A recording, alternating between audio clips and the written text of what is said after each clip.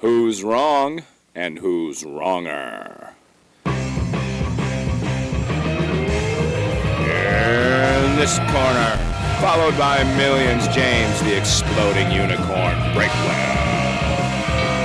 And in that corner, ignored by millions, Steve Dash Rinko Leavers. Hey everybody, and welcome back to Wrong and Wronger. I am Steve, not only on time, but a little bit early Olivas, and he is James. When the starting gun fired, he was in the porta potty Breakwell. And James, man, it's so good to be back. How are you doing this week? I am actually super excited today because I cannot wait for you to issue your public apology. If I knew what I was supposed to be apologizing for, I would have had my publicist hastily put together some kind of scripted apology that I would read in a disingenuous manner. Well, you are supposed to apologize for disappointing our one-ish listener last week when we didn't have an episode. You want to explain why we didn't have an episode? First of all, James, I don't want you to project your own inner feelings of dissatisfaction onto Judy P. Just face it that you were remarkably, nay, not disappointed, but devastated when I wasn't able to make it last week. Let's just be honest here. Okay, I'm not going to lie. The hour we didn't record was the greatest hour of my life. But I had to go and personally tell Judy P that there was not going to be an episode that week. You personally? Yes, usually I just tell her it's going to be posted late because I'm a bad person. I don't feel like walking back downstairs. I'm going to bed. But this time I had to tell her, nay, there will not be an episode at all because Steve is an awful, inconsiderate human being who apparently can't record while other people are moving him. Like, it's not like you were physically carrying boxes. This was being done by your underlings at the Steve Olivas Manor. Oh, James, the move was absolute chaos. My life has been a sea of unrest for the last week. It's a miracle that I was able to pull it together well enough to cobble some time for you this week. You're welcome, by the way. I should feel honored, but instead I do not. Where is all your stuff right now? Because you got rid of one house, but you do not have the second house. The BDSM Rattlesnake Ranch is not yet available. So did you just dump your stuff in a ravine, or where is it right now? James, I was ready to call in a napalm airstrike to just take everything out. But my fear was that they would take me out also, and then you would have no co-host and probably fall to pieces. But no, we are currently we're living in a garage with a bathroom. And that is what it is. It is a garage with a bathroom. Hopefully we won't be there for more than a few weeks tops, but I'm fearful that it may stretch beyond a few weeks. However, your question is not a bad one. So I mentioned that a staging area for some of our stuff is the middle office here in my office suite. That room is full. Okay. We also have 4 storage bins that are full. We had 3 storage bins rented, and with 10 minutes to go on Wednesday before the storage facility closed, I ran in to rent an extra one that was immediately filled up. So we have all that, plus the garage we're living in is full of stuff. And I'm like, where did all this stuff come from? The first place my wife and I lived was a tiny little hut. It was like a yurt that we lived in. We had nothing. And now we have all this stuff, and I don't know if we need all this stuff. We certainly don't have room at the Rattlesnake BDSM Ranch. So I don't know what's going to happen between now and then, but it probably involves some kerosene and a lit match. Mrs. Steve is pretty good at selling stuff off that stops moving, which is why I needed to start walking in the morning. But that is the answer to your question, James. Our stuff is scattered in storage facilities all over this great country of ours. I have so many follow-up questions, but I guess first a comment and a bit of wisdom. I'm firmly of the opinion that if you have so much stuff that has to go into a storage locker where you have to pay someone just to keep it, that's something you can live without. Like, if you can physically lock it in a third-party site and go without it for a month, you can probably go without it for the rest of your life. And I think you will find that if you just don't go back for it, you'll pay for it for like a year, and then you will just abandon it all at a flea market somewhere. But I guess the more important question is, who was unwise enough to let you stay in their garage? I've got to imagine you've burned every bridge, but then part of me thinks maybe one of these rock stars you've buddied up to let you into like the garage in their guest house on their third property or something. So who did this? It's funny you bring up a rock star, because I had to start tweaking my network a little bit to get people to stow our stuff. Like, we have a riding lawnmower that they wouldn't put on the moving van, and the storage facility disallowed, because apparently you can't have things with gasoline and internal combustion engines that in the storage facility. So I had to call 2 rock stars, because the first one never got back to me, to see if I could stow our riding mower in their garage. And fortunately, they're not like you. They're actually good people. And so he said yes. So my riding mower will be living in the garage of the lead guitar player for the band Kix for a while until we can move it out. And anyway, he's cool. He's unbreakwellish. But no, the garage is a property that a friend of Mrs. Steve's had, and said, I got this spot if you want to just stick some stuff in there. And she said, yeah, we're going to stick stuff and ourselves in there. Now, son is going back to school a week early, just so he has a safe and comfortable place to crash. So, because he's living in the garage with us right now. And I don't know what's going to happen once we close. The appraisal, we're recording this episode on Monday the 16th. The appraisal is being done today. The appraiser said he needs a full week to write up the appraisal, which is confusing to me, because the property is valued based on the acreage, not the house.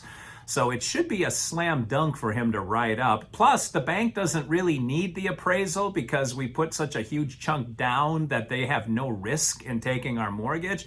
But the wheels of justice turn slowly, James Breakwell. So especially when I'm living in a garage. If I was at the Four Seasons and I had room service and somebody massaging my hands every day, we would have this done immediately, and I would get ripped off for my enjoyment time in the hotel. But instead, I'm living in a garage, so this will pump out forever until I finally decide living under the stars on the dirt is going to be an upgrade. So you said 2 weeks or longer. Like you had a fear this would stretch out. So what's that fear? What's the thing that could go wrong that could keep you a semi-homeless person for the indefinite future?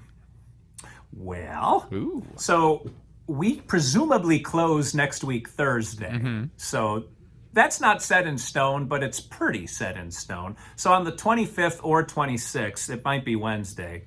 That part, I guess, isn't completely set in stone. We should own that new property. However, the property has been fallow for so long, things blew up when we turned the water on. So in the main cabin, we can't turn the water on until the plumbing inside the wall gets fixed, and then the wall gets fixed and a new shower gets put in. In the smaller cabin, the hot water heater blew up, so that has to get replaced before we have working water in that cabin.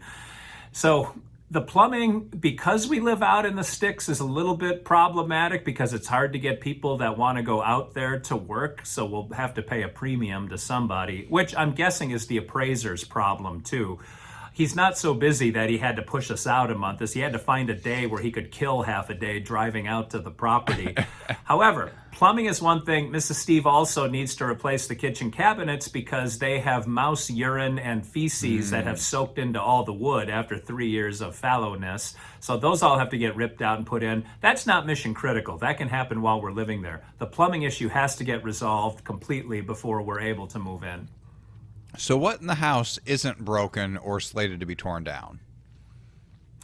The only things that are broken or slated to be torn down are the 2 that I just mentioned, and then the decks outside of both cabins need to be replaced. Again, not mission critical. Everything else is functional to where we can live there and just sort of work on as we go along. Wait, so what happened to the camper that Mrs. Steve was going to recover? I can't help but notice you are not currently inside it.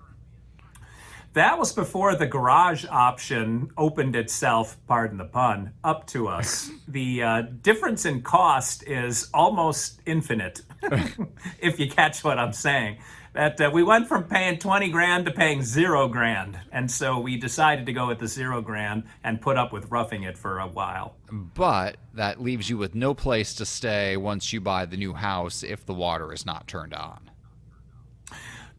Correct. Except the water will be turned on at some point once Mrs. Steve works out a plumber. And then... so we can have the garage as long as we want. Ooh, you have an indefinite garage. You know what? I see this playing out, that you end up turning down the BDSM Rattlesnake Ranch, and you just live for free in this garage for years until Mrs. Steve's friend catches on and throws you out as you sit there like a dragon on your vast piles of gold that you spent on no property whatsoever. Wow. You know, in a perfect world, that would make complete sense, James. But you and I are both married and understand that we have very little say in the way things go forward. So is there somebody living in the rest of the house, or is this like an abandoned property you're in right now, and she's like, I don't trust you beyond the garage? No, it's a building they own, and so there's some businesses in the building, and the basement has it's a garage basement to a building they have. Garage makes it seem like we're sort of out on a concrete slab in the middle of the yard. It's not completely like that. We are a part of a bigger building. Gotcha. So are you under the building? Are you in a subterranean garage? Yes. Good. I always thought you deserved to lurk below the surface like a troll of some kind. Like, I feel like you are just returning to your natural state. So really, this move has been good for you. It's been good for the world. Everything is moving in the right direction. Now, your BDSM Rattlesnake Ranch, it has 2 cabins, if I recall correctly. Is the water broken in both of them? As I mentioned, when you obviously weren't paying attention, in the main cabin, that's where the pipes burst inside the wall. Mm-hmm. That's going to require a little bit more surgery. In the small cabin, the water heater, like either the top gasket or the bottom one blew up because it's all rusted through.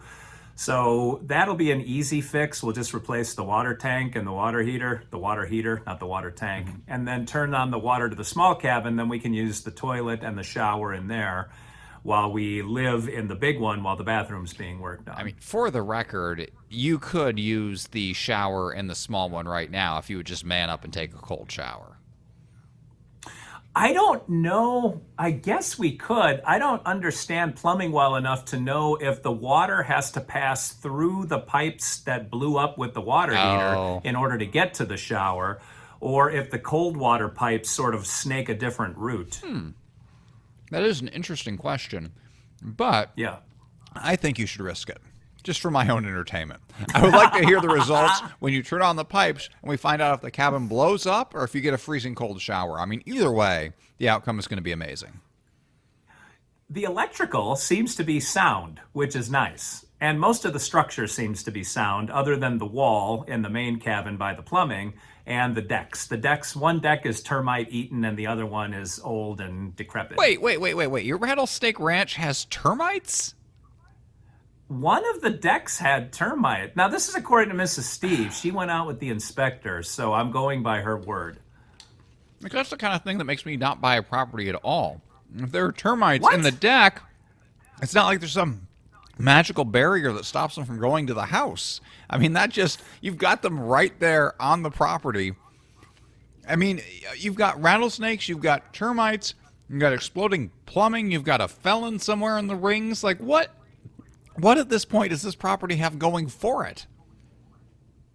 It's gorgeous and delightful, just like its new owner. Yeah, so is Death Valley at sunset. It just kills you. So, I mean, keep that in mind. The natural beauty you're admiring here is going to be the end of you. But I guess the most important question here is, what's the lube supply like? Has that been removed, or is it still there waiting for you? What is the what? The lube supply.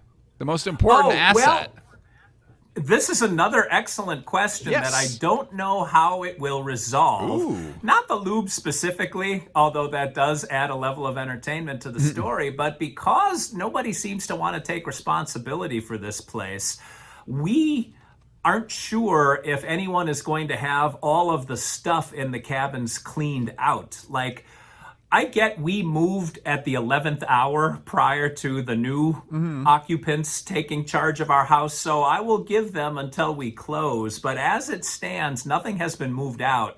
There's an upside and a downside to them not taking anything out. The downside is it's going to cost us a couple grand to have 1-800-GOT-JUNK come in and move everything out for us.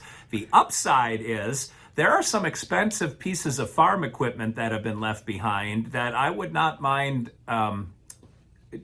taking over, if you will. You are going to acquire by finding, are you? Well, I don't know how the law works, James, but once they sign the paperwork that they are removing any sense of ownership to the property, don't we kind of own everything in the footprint of the property? I mean, if they're afraid to cross the rattlesnake moat to get it back, then I would say yes, just by virtue of possession, you would have it. Are we talking like tractors here or tanks? Like, what kind of agricultural implement do you have? They've got two things. One is a bush hog, which is nice, fun. and then the other one is it's a mulcher, a thrasher. Not a thrasher's not a mulcher. A thrasher's for hay, but a mulcher.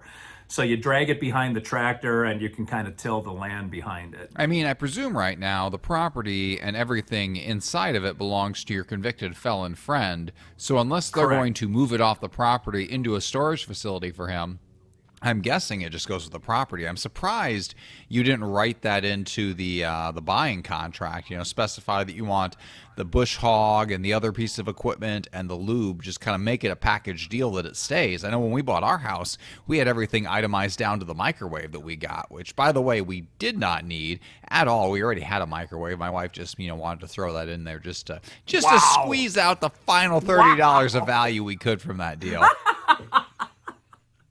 Wow, our wives need to get together, James. They're cut from the same cloth. Yes.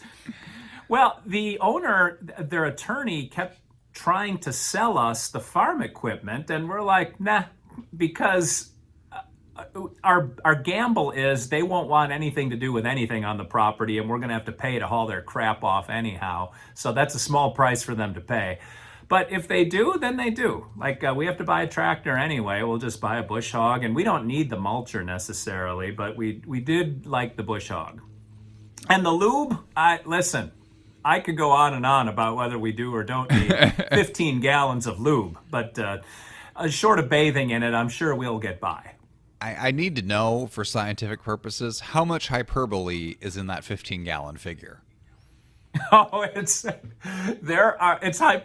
hyperbolic to a very high degree, but it's become a running joke because there is literally a bottle, and I mean this to the letter of what I'm saying. Okay. There is a bottle of lube in every room in that cabin.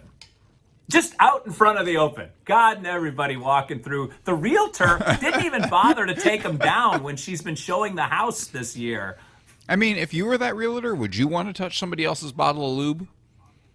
If I'm trying to move a property, yeah? Like, what kind of image are you trying to project here? You're trying to project the image of convenience. No matter where you stand in this house, there's a bottle of lube within arm's reach because you don't know when you're going to need it. And when you do need it, you don't want it to be 2 rooms away. You need it right in front of you right now. That's true. I don't need to be searching for lube at that moment. Like, when the mood strikes, bam, right on it. Have you investigated if it has like a secondary use? Like maybe they put the lube on the door jambs to keep the snakes out, like it's too slippery for them to get traction or something. Well, given some of the other fine things Mrs. Steve found during the inspection, I would say the lube is pretty much earmarked for what you think it is. Now, you do realize you can't drop a sentence like that without explaining yourself in great and hilarious detail. And hopefully humiliating as well.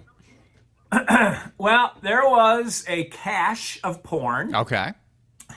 And Mrs. Steve, being somewhat inexperienced in the field of porn, was concerned that it was not legal porn. However, on the cover of the porn, it said the words "barely legal." So I'm guessing that means, despite being barely, it is still legal porn. Interesting. It says so right in the title.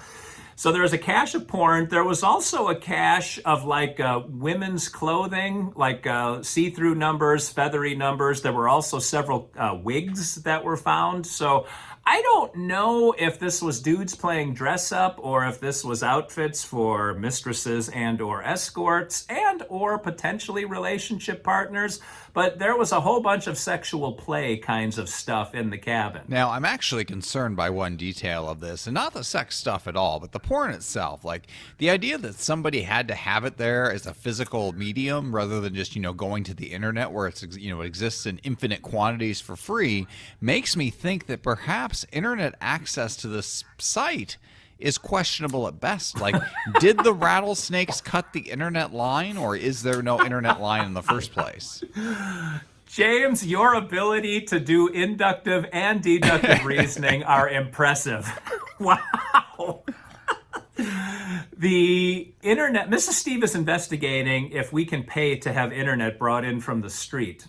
And I did mention there is a fairly big celebrity who lives like on the property. So there's a whole deal of infrastructure out there. It's just a matter of getting it from one place to the other, and we might have to pay to dig a trench.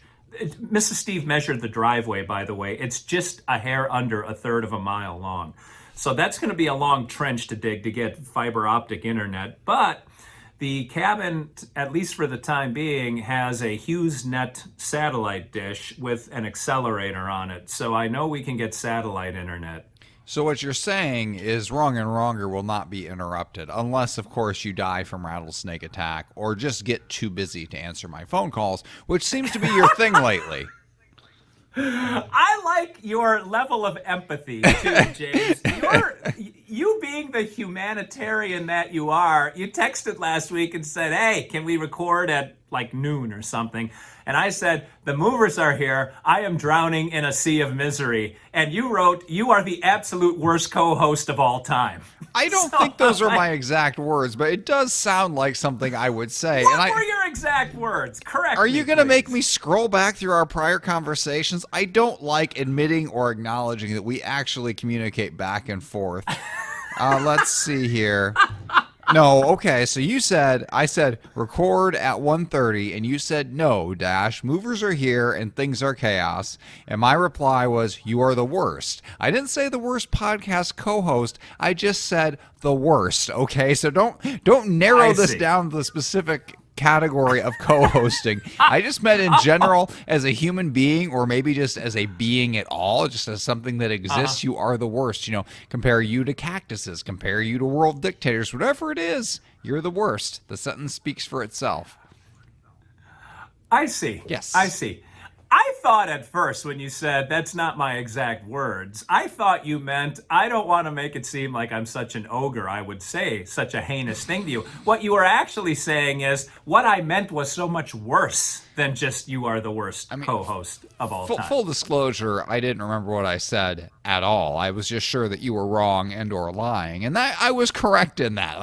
Whatever your interpretation of events was, I was sure it wasn't accurate. I was actually thinking of the previous time you had made an excuse. I asked you the day before, and you said you can't predict the window quite yet, and I said the chaos continues. And usually I just make some comment about how your life is a train wreck. This was the first time I moved into completely accurate observations about your true nature and value as a human being. My character. You assassinated my character. I was assailed by James Breakwell at my darkest hour. Yeah, the day before that was still swimming in a sea of misery. So, yeah, I will take responsibility for canceling last week, but I gave you several viable options, of which you shot down. You told me to go and reach out to some other guy, a third party. I was like, oh, did you check with him? You're like, no. Just go find him. Just go track him down. He's a friend of yours. He is, but he has a life too. Everybody has a life. Everybody but me and you. And now you, despite not having a life, are suddenly unavailable. That just leaves me, okay? The cheese stands alone. It's very disappointing. But I don't know. And then I said, get Judy P on the show. And she was like, yeah, I don't know. Yeah. So all of a sudden, our number one super fan dropped the ball. I did not know that you asked her. And actually, the last time you bailed out like this, I think I had one of my kids record, but they're in school now, Yes. and getting them to record is a pain. And when they get home from school, there's chaos, and I kind of just want them to go away. So that didn't happen either. So there were multiple fallback options. All of them fell through. We disappointed Or one Lola. person. Get Lola. Oh, she will never appear on camera with me for something like this. I mean, something where I steer the course of the discourse? Not a chance. Not a chance. You think she trusts me that much?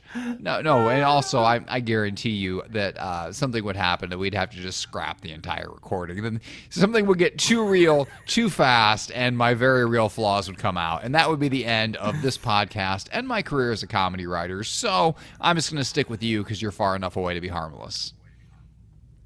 All right. Well, and any harm I could have resting potential to engage has got to be tabled until next week, or 2 weeks, depending on how my life goes, because we need to draw this to a close. James, you understand? As disappointed as I am to end our BDSM Rattlesnake Ranch lube talk, I will allow you to send us away. It's Lube Talk with James and Steve.